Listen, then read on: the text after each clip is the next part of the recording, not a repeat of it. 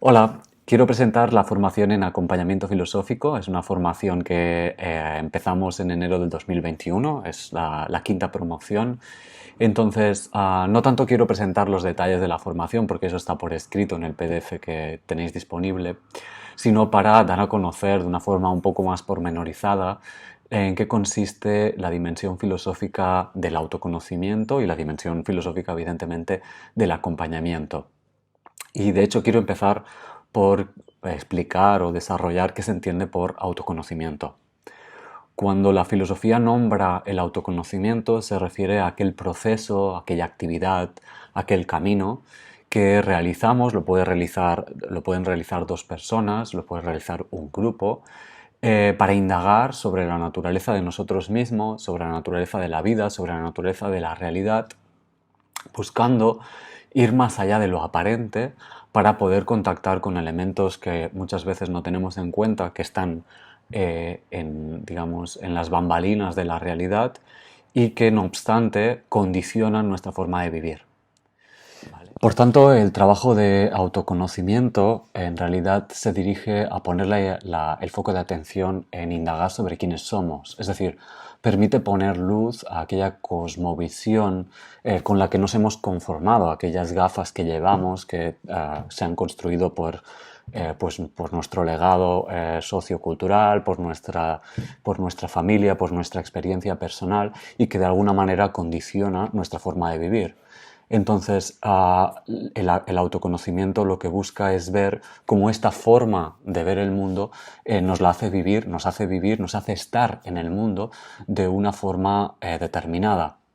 Y por tanto, el hecho de poner atención o poner conciencia en estos condicionamientos nos permite hacer un trabajo de maduración, un trabajo ¿no? de hacernos mayores, como dirá Kant, ¿no? De acercarnos a la mayoría de edad en la medida en que nos permite cuestionar si esas gafas que nos hemos ido construyendo las queremos, no las queremos, cómo las podemos ajustar, qué queremos criticar, qué queremos modificar, qué tiene que ver con nuestro entorno y por tanto es preciso criticar del entorno o modificar del entorno. Es decir, el trabajo de autoconocimiento nos permite lo que propiamente entendían los filósofos como una vida feliz, que digamos, en terminología actual diríamos que una vida con conciencia. ¿No? Por tanto, no es la felicidad que normalmente, no es el concepto de felicidad que normalmente manejamos, sino que la felicidad filosófica es en realidad una vida con conciencia, en el sentido de que es una vida que pone la atención en aquellos parámetros que nos condicionan a vivir de una manera determinada y que poniendo atención en estos condicionamientos nos facilita tomar distancia, ¿no? Alejarnos de nosotros mismos, de la inmediatez de nuestra vida, responsabilizarnos de todos estos condicionamientos y optar entonces por una vida más plena, más madura, más emancipada. Por tanto, el camino filosófico en realidad lo que nos está invitando cuando se dirige al autoconocimiento es a un camino de autocuestionamiento, de autoconocimiento de nuestras gafas, pero de una forma más profunda a vivir de una forma filosófica, ¿no? A vivir de una forma consciente. ¿No? Consciente sería el sinónimo que me parece más atinado para describir lo que consiste una vida filosófica. Entonces el acompañamiento, como bien expresa la palabra, es un encaminarnos con otra persona para poner luz, ya digo, a aquel conjunto de magmas que nos condicionan, como por ejemplo nuestras inseguridades, la timidez, el miedo a lo que pensarán los demás por nuestra actuación, el miedo al rechazo de los demás, la necesidad de controlar la realidad, el estar dándole vueltas a la cabeza continuamente, por ejemplo, el miedo al conflicto, ¿no? Que muchas veces aparece, la dificultad para poner límites o para expresar el deseo, en fin, todas aquellas estrategias que muchas veces utilizamos para intentar vivir de una forma lo mejor posible, porque esa es la tendencia del ser humano, pero que muchas veces,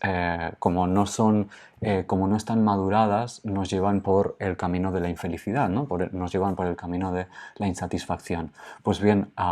el acompañamiento filosófico consiste en realidad en hacernos cargo de esos miedos, en ver qué creencias fundamentan esos miedos y en buscar alternativas para vivir de una forma más plena, entendiendo la plenitud como una vida más propia, ¿no? Sí, más propia, más libre. Aquí, claro, la pregunta es, bueno, ¿y qué diferencia hay entre la filosofía y la psicología, ¿no? Y especialmente la psicología humanista, que en realidad recoge el legado filosófico. Pues bien, efectivamente, la psicología se ocupa de lo que estoy hablando y de hecho la psicología humanista, como recoge el legado humanista, el legado existencialista, el legado filosófico, criticando a la psicología por no haber tenido en cuenta esta dimensión existencial del ser humano, en realidad la psicología ya hace esta tarea. Pero aquí creo que en realidad la filosofía puede aportar muchísima más riqueza de lo que lo está haciendo la psicología, puesto que es ella misma la que alberga este riquísimo elenco de miradas sobre la vida, sobre el sentido de la vida y sobre el conjunto de filósofos y el conjunto de reflexiones que han hecho filósofas y filósofos a lo largo de milenios. Además, como digo, claro, la invitación de la filosofía es a responsabilizarnos de nuestra propia vida, ¿no? Es a ver qué queremos hacer de nuestra propia vida y por tanto la filosofía permite tener este espacio para ser cada uno de nosotros el que decida qué hacer con su propia vida, asumiendo las luces y las sombras y el trabajo que llevan implícitas estas dimensiones. Y por tanto, a diferencia de la psicología, lo que ofrece la filosofía y el acompañamiento filosófico es la posibilidad de hacer cada uno de nosotros ese camino, sin la necesidad de que nos indiquen hacia dónde ir, sino encontrar nuestra propia brújula interna a través del que poder hacer el camino de la vida. Por otro lado, el hecho de responsabilizarnos de nuestra propia vida, el hecho de encargarnos de nuestra propia vida, de ser nosotros quien dirija nuestra propia vida, y es una forma de cuidado. Y es una forma de cuidado, de aprender en realidad a querernos a nosotros mismos. En la medida en que yo me ocupo, en la medida en que yo soy consciente de mi vida, dejo de estar, me despierto de mi vida, dejo de estar de espaldas a mi vida o inconsciente o dormido respecto a mi vida, me estoy ocupando de mí. Y esa es una forma de cuidado que tiene que ver con el amor hacia mí mismo, ¿no? Una forma de quererme, evidentemente, o la forma de quererme, evidentemente, ser consciente de mí mismo. Y eso es algo que también invita a la filosofía y que creo, a mi entender, que pierde la psicología en la medida que hay otra persona que me está dirigiendo hacia un lado o hacia el otro previo establecimiento de un diagnóstico. Además, la filosofía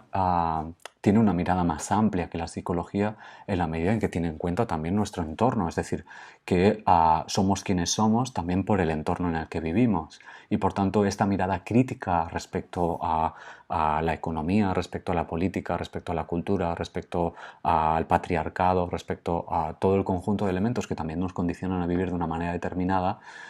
permite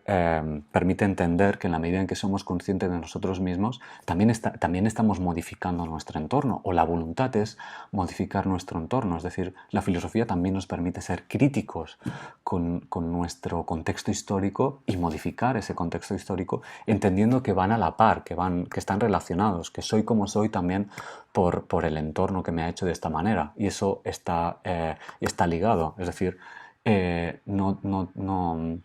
no soy plenamente responsable de aquello que soy, sino que también el entorno es responsable y ahí hay una relación que es importante tener en cuenta y trabajar a la vez. También como elemento a tener en cuenta me parece que la libertad que ofrece el acompañamiento filosófico, por cuanto no es heredero de ningún sistema, de ninguna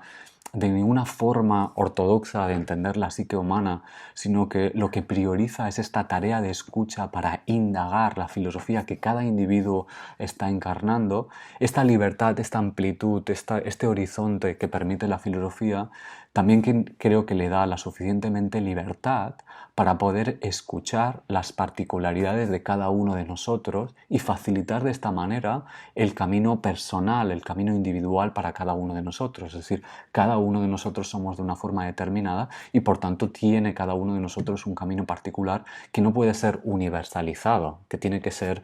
tenido en cuenta en sus particularidades. El hecho de que la filosofía no tenga un paradigma único a través del que hacer esa lectura le posibilita esa libertad y esa capacidad de escucha que creo que es una característica propia de la filosofía. Y por otra parte, el hecho de que también la filosofía no juegue con los criterios de enfermedad y salud también permite esa amplitud de horizonte, esa capacidad para trascender o incluso criticar esos parámetros, porque muchas veces, ya digo, están relacionados con nuestro entorno, ¿no? Por ejemplo, la ansiedad, digamos, está relacionado con nuestro entorno y no se puede considerar, o no todos los casos de ansiedad se pueden considerar una enfermedad, sino que tienen que ver con el estrés, el exceso de productividad, el exceso de exigencia, etcétera, etcétera. Y eso creo que la filosofía también lo tiene en cuenta. Y por último, el elemento que en realidad me parece más importante es que la filosofía o el trabajo de acompañamiento y el de autoconocimiento lo que busca no es tanto cuestionar nuestra cosmovisión, que esa sería la primera dimensión y que quizás está más en relación con el ámbito psicológico, sino lo que busca es en realidad un camino de trascendencia respecto a nosotros mismos, la posibilidad de salir en realidad de nuestras gafas, de nuestras creencias, de salir, hoy lo diríamos en estas palabras, ¿no? De salir de nuestro ego, de nuestras limitaciones individuales para contactar con una determinada actitud que es la actitud filosófica y que en otros vídeos, en otros libros he caracterizado como una actitud de no saber, ¿no? Esa actitud que me ubica en el mundo, que me posibilita dejar de lado mis gafas por un momento y experimentar la vida con esa amplitud de no tener que colocar etiquetas, ¿no? Y esa libertad, esa amplitud que me facilita el hecho de ser consciente que en realidad no sé nada, con ese dicho socrático, me permite una vida más plena, más libre y más madura en realidad, ¿no? Porque asumo que en realidad no sé nada y eso me ofrece una libertad o la recompensa de esa mirada es una libertad o es la capacidad de vivir cercano a la incertidumbre, ¿no? Asumiendo esa incertidumbre y viviéndola con la máxima libertad. Bien, espero que os haya interesado el vídeo y nada, tenéis más información de la formación en el PDF y nos seguimos viendo. Hasta luego.